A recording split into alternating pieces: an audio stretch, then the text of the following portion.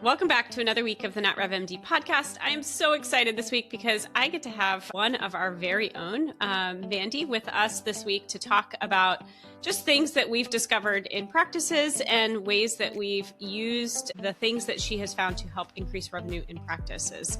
So if your practice is struggling with billing metrics, you don't even know where to look, today we're going to talk about those top things that we find in a practice when we get in there and the things that we're doing to help increase that revenue, improve just that overall operational process. So with that, Mandy, welcome to the show. Excited to have you. Thanks. I'm excited to be here. So tell us a little bit about your background, since folks don't know you as well as I do. So I have been in the hospital and physician RCM world since I was in high school. I used to work at a local hospital down the street and worked from registration all the way through billing, through admitting patients in the ER, and learned that whole cycle. Then took that, moved on to physician billing, where it's charges all the way through follow-up, payments, totally different worlds, but same kind of concept. And now I'm here. I like it. And you've been with us almost a year, and you've got several of our accounts that you oversee. And Yes. you're left with the fun job of auditing and poking and prodding and Yes. supporting the billers who obviously do the day-to-day work. So let's start with maybe not the best thing, because let's save that to the end, because I like that the one that you had was the best. Let's save that to the end. But let's talk about claims that were never submitted because a super bill got lost. Just talk a little bit about what you did to find that, and then how we corrected for that, or how maybe, a practice would correct for that. So it started with the month-end reports. We were noticing that they weren't closing. Nothing was matching. So we started digging, and that's where we found there was unbilled charges. So I worked with the practice administrator. We went through each single one, released what we could release, that the doctors did have codes and just hadn't locked the charts, got those out, and then met with the physicians and explained to them, like, you have to lock your charts. This is what you have to do if you want to get paid. So we pretty much cleaned all of that up. Now it's Much better. pretty good. Yeah. Yeah, much better. And so reasons for that. So in this case, was it that they weren't signing out their charts, or they weren't coding them, or that they weren't getting submitted to the payer, or all of the above? All of the above. Okay. So they weren't locking them, which caused the claims not to be submitted. Right. Okay. Some didn't have codes, some had codes. They would have the E&M code, but no diagnosis code. Got it. And we've also seen sometimes that happen with when EDI enrollments aren't matched up correctly, like the payer IDs aren't correct. And so then the claim just sits in the bucket, even after the doctor signs it out. Maybe our teams reviewed it. Yes. If the EDI enrollments aren't set up correctly, like when we're going into a new practice, I feel like that's another reason why claims they just get stuck. Yes, they do. Yeah. Yes, Yeah. they do. We actually had one of that happen to one of our clients today. Oh, really? See, I mean, Yeah. And EDI enrollments are like those sneaky things, because you could have 20 plus EDI enrollments. And as when we walk into a client, right, it's that constant look and evaluate, okay, are all the claims getting out? And say it's a smaller payer, you don't have a ton of volume, you don't notice that EDI enrollment isn't paired correctly until you get the rejection, I guess. Yes. So we also had a client whose was not set up for any EFT, not set up for ERA. All that paper was just piled in the office. So we fixed that. We set all of that up. All the EFTs are good now. The ERAs are coming in. There's obviously always going to be paper, Right. but nowhere near The volume as much as, yeah. And so they're getting their money faster. They're getting their remits faster. It's all being posted faster. I love it. And just for the listeners, right? So I know it's the alphabet soup, which we know very well. So EDI enrollments are what connects the payer and the clearinghouse. And so that's what allows, the claims to get out electronically.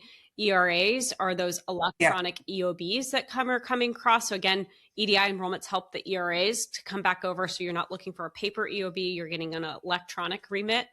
And then the last alphabet soup that we just talked about was the EFTs. So that's, again, I think most of us know that that's the direct deposit right from the payer into your checking account. And so you're not getting a paper check.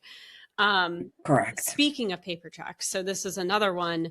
Like if you don't have a bank reconciliation process, well, I guess you wouldn't even know paper checks. Like if a paper check was received but never cashed, the only way you would know that is looking at your AR. Right? Is Correct. that how you guys found that issue? That's exactly how we found it. We noticed all these payments. We're calling, we're being told this is paid, but nothing was cashed. You'd ask for the cash date, nothing was cashed.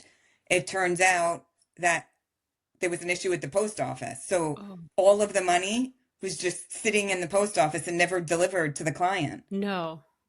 Yeah, so we found that out later on, but in the meantime, we had all the checks reissued and it just kept continuing. And it turned out it was a post office issue. Or they just kept sending Yes, them for months. Months. Did they just not have the address correct, or or is it just post office? No, they had the right address. The post office just wasn't delivering them. Lovely.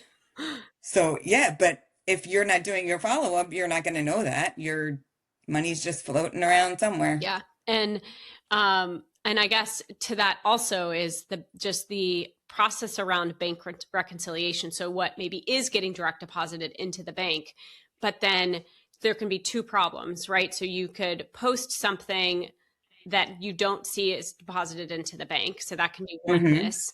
Or you can have a situation where you're not posting it because you don't see an ERA, but the money was deposited. Correct. So there can be both of those scenarios flying around. And so again, it's back to really the checks and balances of the accounts receivable, the bank deposits, and making sure that the money is flowing in the same way that we are posting. And setting up whatever you can electronic, set it up. And interesting about the paper checks. So we had the ERAs, we just didn't have evidence that they were checked. Correct. So that could be a scenario where if you aren't doing a bank reconciliation, where you're just posting off of the ERAs and you don't actually see the money deposited, that you could post the money into the account and have never deposited it, right?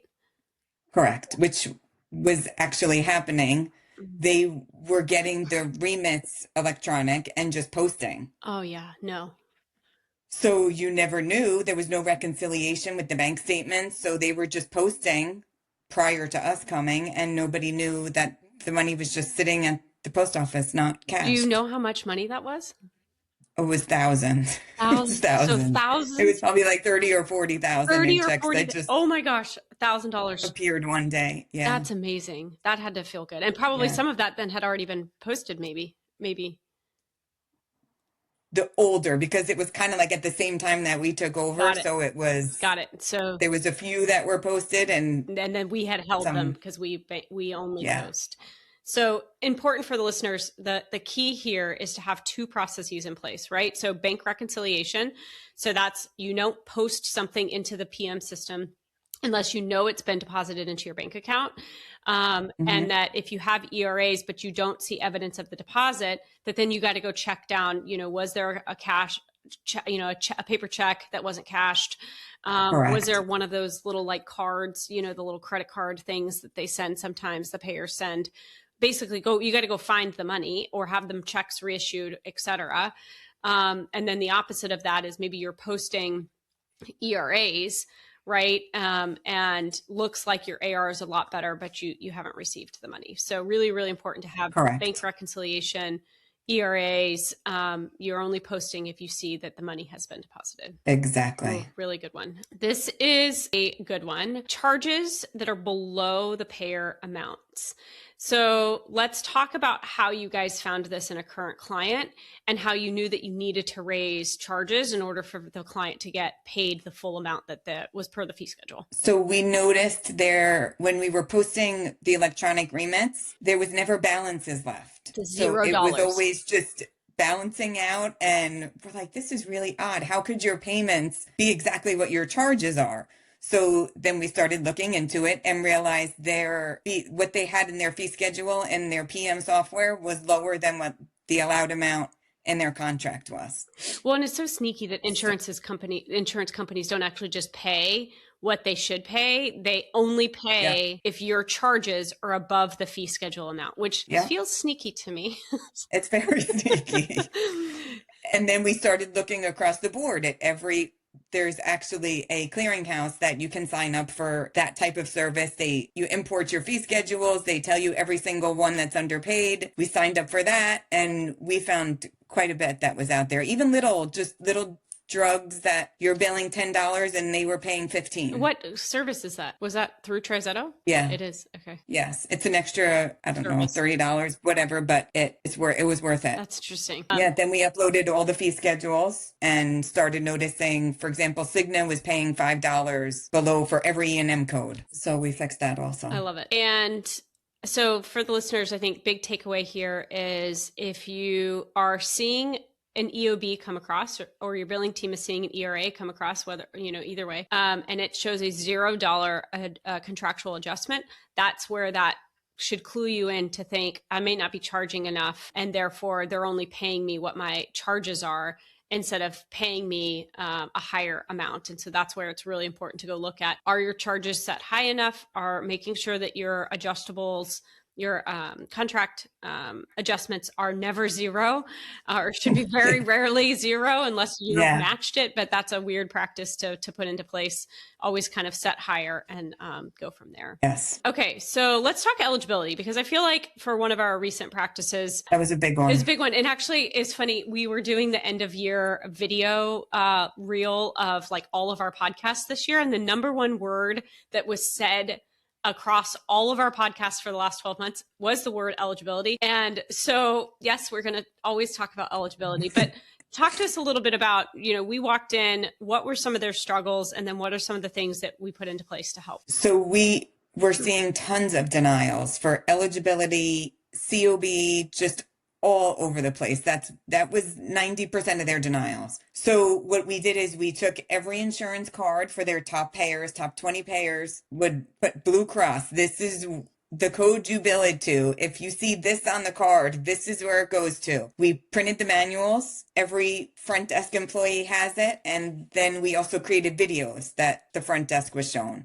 so they could watch. And it was like, 15-minute video, and they watched it, and they're down to about 10%. That's amazing. And I know we have a very engaged, operator in the clinic who owns, part of that practice. And she is incredible, has been really great at aligning, I think, with you and the team to say, okay, here are the problems we need to fix. What are the solutions? And then let's implement. And if it involves her staff, then she's helping hold them accountable, which then helps us, instead of dealing with eligibility denials, we can go track down like all of this stuff, which is much more, on the billing side that we need to fix. And so I think when you have a practice like that, it just makes solving issues so much easier. We also are in the process of creating a test for them. Oh, yes. She told me about this. So we're just going to give them the test now. Say, if you got an 80, then you're going to have to rewatch the video. You're going to have to re-go through your book and then test them in a couple of weeks. And they were also given a prize for a reward for whoever had the least errors for the week. I always think rewards are like such a good thing for this role. Yeah, it was. And it was great. They were all like, oh my God, how many errors did I get this week? My phone is just blowing up.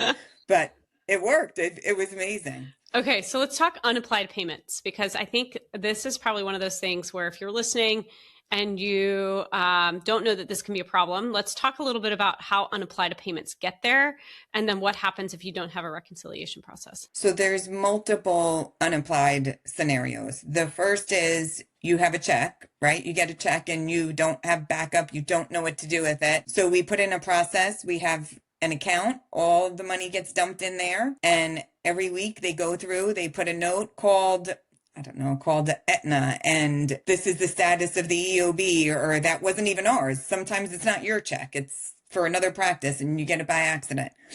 They also had quite a bit of unapplied in their PM software. So the check wasn't balancing and it was just left. And it was just left. So you So never dealt with it. no, Yeah, just left. just left. So your reports don't match, nothing matched. Yeah, in patient statements, I mean, sometimes they don't, like unapplied doesn't affect patient statements, right? I think there's a way to filter out and just deal with what claim has been adjudicated. But I can imagine But if they're all those unapplied building up and up and up and up. it was almost $100,000 just sitting there and unapplied. Patients were, but like you said, patients weren't getting statements because if you're not posting the money to that account, it shows a zero. And it's anything, just something the insurance company transposed the claim number, so they didn't process it under the right claim number, and instead of taking the time to look and fix it, it was all just sitting there. It just sat there, and so really the only fix, so the fix to that is pulling a report, getting an unapplied credit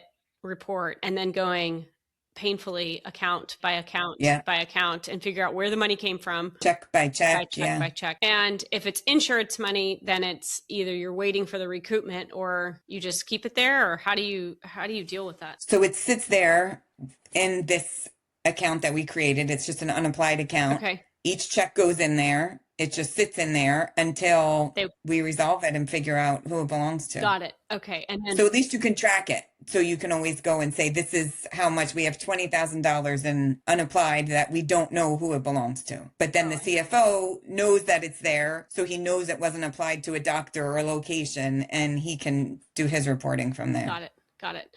Yeah, I mean, this is a larger practice, and so they have a CFO, they have a good support system. I know for some of our smaller practices, you guys may not have CFOs or controllers, but I do think it's important to understand, how unapplieds are being managed. And you can have, whole checks that are unapplied that you need to sort through, or you can have situations where an unapplied credit is attached at the patient level. It's in the patient's account. But you've got to figure out why it's unapplied, right? Has the claim not adjudicated and you're waiting for adjudication? So then, your accounts receivable needs to be worked. Or is it a situation where, someone's due a refund, maybe it's a patient refund that's due, and how you handle that. And I've talked about this before, but really, really caution that you don't let those patient credits sit there.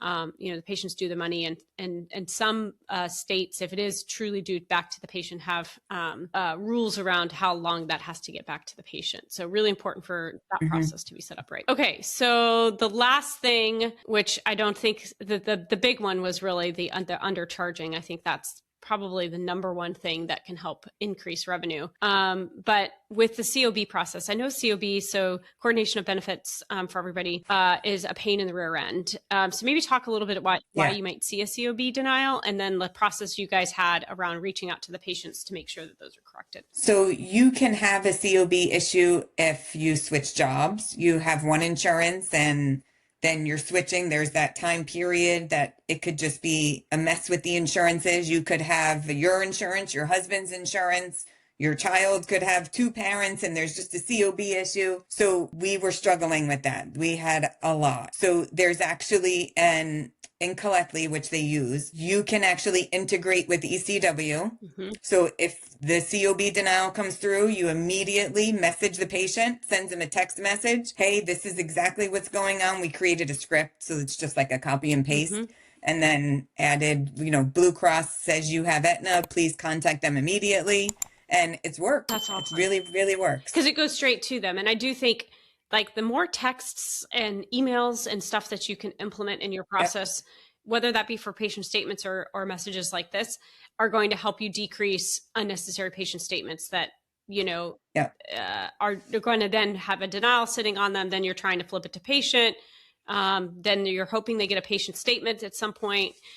So as much as you can use, texts and emails, I think is key. Yeah. And we go back a week later, and if they didn't update their COB, then we start the statement process. Yeah. I think one of the major things for practices to know is that somebody has to be looking at these things. And I think, having now run this, we are an outsourced billing company. We come into the practice and we help support them.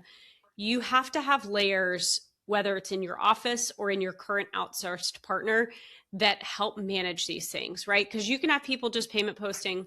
You can have people who are getting claims out the door, and even a set of individuals who are working the accounts receivable. But it is that higher level strategic individual like Mandy herself and others on our team who dig into the details. They understand what's going on. They help answer the questions for the frontline billing staff that really, I think, I don't want to say seal the deal, but like put it all together Yeah. because otherwise it just like everybody's working in silos. And I think it requires having the practice and the billing staff coordinated through this individual who helps kind of solve these higher level issues. To me, I think that's the number one thing with billing. Yes. Because It is definitely. I mean, there's always going to be something to find. There's always something to fix. Yep. And I think that's why you see billing companies like lose contracts after 1 to 2 years, because in the beginning, like all hands on deck, but then if you don't continue to audit and fix and poke and prod and address those things, then 1 to 2 years later, that AR starts creeping back up, or you've got revenue issues and you can't figure it out. And so to me, I think it's having, someone like yourself who really digs in with the team to address. Yeah. And I think not being in the office and being able to talk to every single person there. It's not like, you're in the office and you have people in your ear all day and you forget what you're doing. Yeah. It's just being off site and then still having that contact with everybody. It's been working out really, really well. Yeah. I know that we've had some really great success with practices this year and getting that revenue up and having some of these wins, whether we've seen some credentialing wins where people have renegotiated their rates and those have increased. And we've seen wins like this with process. So I really appreciate you being on today and just helping these practices. I think I know that they all adore you and are so glad to have you to work with. So I love them too. Well, thank you so much for being on. And again, for the listeners, as always, if you are looking for a new billing and coding team, head on over to natrevmd.com and check out our free revenue audit up on the right-hand corner. And we're happy to, meet with you guys and see what's going on, do a practice audit and see if we can help. All right. Thanks so much.